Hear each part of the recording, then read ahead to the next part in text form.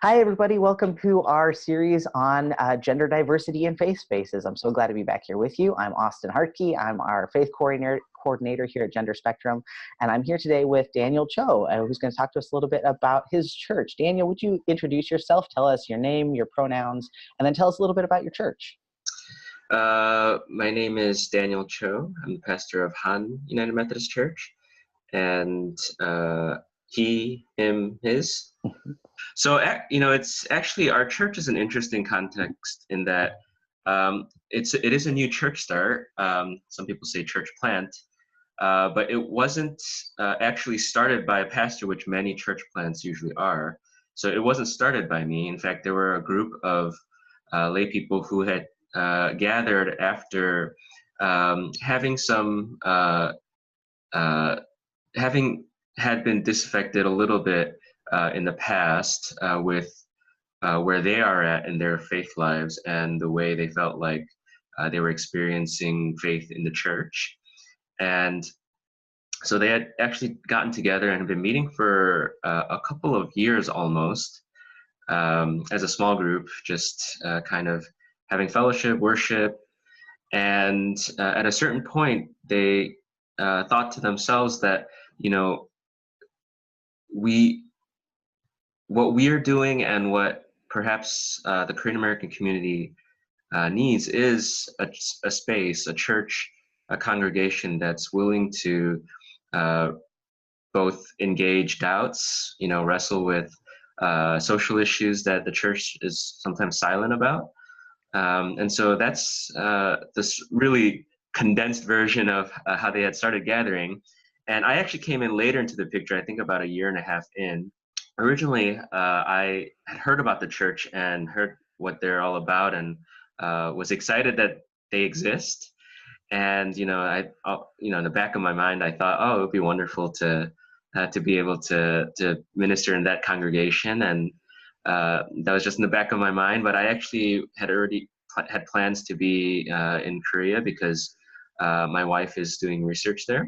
And so I just kind of reached out to them, said, if they're still looking for someone later on down the line, because I won't be back for about a year, then just know that I'm interested and hope. And I fully expected they would find someone, but it was a just in case type of thing, right? Mm-hmm. Because it was too good to pass up an opportunity to at least be part of a ministry that is both affirming of their identity as Korean Americans, but also to be fully inclusive of all people, including LGBTQ families. So they were okay with waiting, and eventually kind of worked out that I was able to join the community. So for me, it's very much while there is an aspect of leadership, of course, it was also being able to join a ministry that was already happening.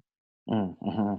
Yeah. And so one of the reasons that that the folks there kind of created that community was specifically because they wanted space for LGBTQ plus folks within a Korean American church. Exactly. Because it's really rare. We believe we're definitely the first United Methodist Church that is affirming and inclusive. But I'm sure there are others that exist, but it's that rare, right? That you have to really think hard and try to research to see if there is one or not. But yeah, so because of that, it was also an intentionally a Korean American church, because not because of any exclusivity to non-Koreans, because we actually have people who aren't Korean. But it was to essentially have a stake in the community. One thing about being a sort of having a claim that is multiracial congregation is that first, it's always a question whether you're actually multicultural or not. But the second thing is, once you're multicultural, it's always a big possibility that you lose stake in the sort of community that you're from. And so to at least claim that right from the get-go allows for us to have partnerships and speak into the Korean American community, because we know that that there are LGBTQ Koreans, right? Korean Americans. And, if we're just sort of advertising or selling ourselves as just any other LGBTQ affirming congregation, then we don't know if they'd be able to identify with us or find us or have those at least barriers. For those of us who are minority ethnic groups, we have our own sort of cultural upbringing and traditions that have shaped us. And so I think for us as Korean Americans, it's also an interesting thing because we're not really an immigrant church exactly. So most of us are either came when we were young or were born in the U.S. So we're shaped both by Korean culture, but also the American society at large, right? Mm-hmm. But there's not always a space that kind of engages sort of that particular context. And the reality is that it's, for us, it's not only the LGBTQ inclusion, but even thinking about how we incorporate our identity as Korean Americans as a part of this faith life, or as a faith practice, itself is kind of an experiment too. Like all of it, in a lot of ways, is an experiment because, I think for many Korean Americans, sometimes it's almost like two different worlds, right? Where there's a Korean world and the American world, but we're sort of figuring out, what does it mean to be a Korean American Christian? What does it mean to be fully inclusive? What does it mean to be engaged in justice work, especially as Korean Americans in New York, even, right? Mm-hmm. To find out what it means to be Korean American is not some static, thing where it's just one essential thing. It's we're continually, I think, finding out there's more to us, right? Mm-hmm. Yeah. Yeah. So as you've sort of been going through that process of like the community forming and then you coming in and then now like you're officially, an affirming church in the United Methodist sort of larger community, what sort of things is Han Church doing to sort of support and affirm LGBTQ plus folks kind of both within the church and outside the church? Yeah, so you're kind of interviewing us almost too early for us, in that I came here in January, so we're even though they've been meeting as a small group for a couple years, we're pretty brand spanking new, right? So but we haven't had time to do a whole lot. Right now, the biggest thing is just awareness, raising awareness, both for our community and that we exist and that people are welcome here. One of the struggles, I think, in church life in general, probably, but I can't speak for all contexts, but for us too, I think one of the difficulties is there's a lot of trauma involved with church. There's a lot of feeling of exclusion or pushed out. And it's not even always LGBTQ issues, but there's a lot of baggage and things that have caused people to be pushed out of church in the Korean American context as well. And so part of our work right now is actually just building up trust. We have people who are family members of LGBTQ community, but in terms of the regular attendance and core group, obviously we're really new, but that's still a work in progress because we're still building the trust in the community, and sort of proving that we are who we say we are, right?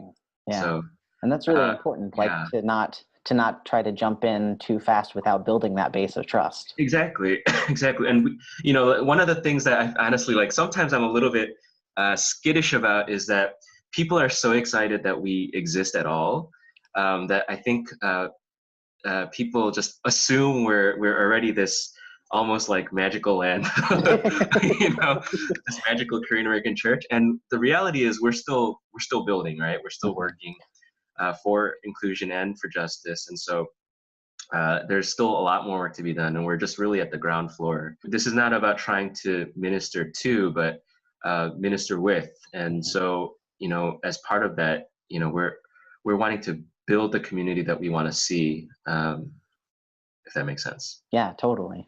Yeah. So what's the, like, if there are other, and I'm sure there are other Korean American LGBTQ plus folks that are watching this video, are there any like resources that you might recommend to them if they maybe are individuals looking for a community, or maybe they're thinking about trying to start something similar to Han Church? Anything that you'd recommend to people? So I didn't mention this when how I came to find Han actually is through a Facebook group called Progressive Asian American Christians. And that was actually one of the biggest reasons that I am where I am now in terms of as a pastor here. But it was a great network of Asian American and other Asian diasporic peoples throughout the world. And it was a place where so many Asian American Christians who had sort of these questions and doubts, and who were wrestling with their faith in a way that sort of a more conservative Christianity wouldn't allow, to get together and to be able to discuss those things, support each other, etc. And it is a fully inclusive space over there as well. And so honestly, it might sound funny to refer to a Facebook group as a great resource, but Progressive Asian American Christians, I would encourage people to look that up and join them. So we actually also want to be a resource, right? And we're and develop so that we can help others, not only in New York but around the country, who are looking to do something and start something new. Can do that. In fact, I've after General Conference, even I've had a couple of United Methodist pastors who are Korean American reach out to me and say, oh, they're thinking about something in their part of the world or country. And so I guess one way I would put it is like the resources are like in development as we speak. And so that's the positive. And then some of maybe the negative is that the concrete resources aren't always quite there yet in the church. I will say, though, that there are many Korean American clergy and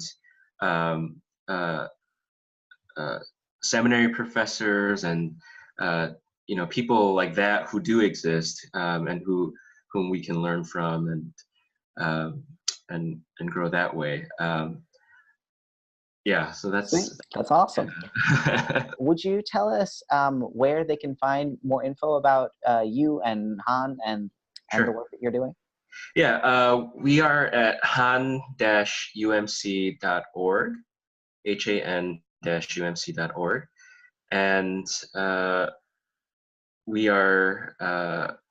we don't have a regular telephone number, so that's actually the best way to reach us. And then actually there's some information that's there that you can find. We also have a Facebook group, but that one right now is private, and we're coming up with a more public one as well. So that's awesome. Like I said, you're catching us when we're brand spanking new. Yep, exactly. So the whole idea is watch this space, because there's really cool things happening in the future. Yes, and I'll share it along with you as well as soon as we get more and more things in place and information that's more concrete, and then share that with you. Awesome. Well, I know a lot of people are going to feel a lot of hope just knowing that this work is even happening right now. So and if people are interested too, we hope you reach out and help be a part of that community too. Awesome. Well, thanks so much for talking with us today, Daniel. We really appreciate it. Thank you very much for interviewing. Yeah.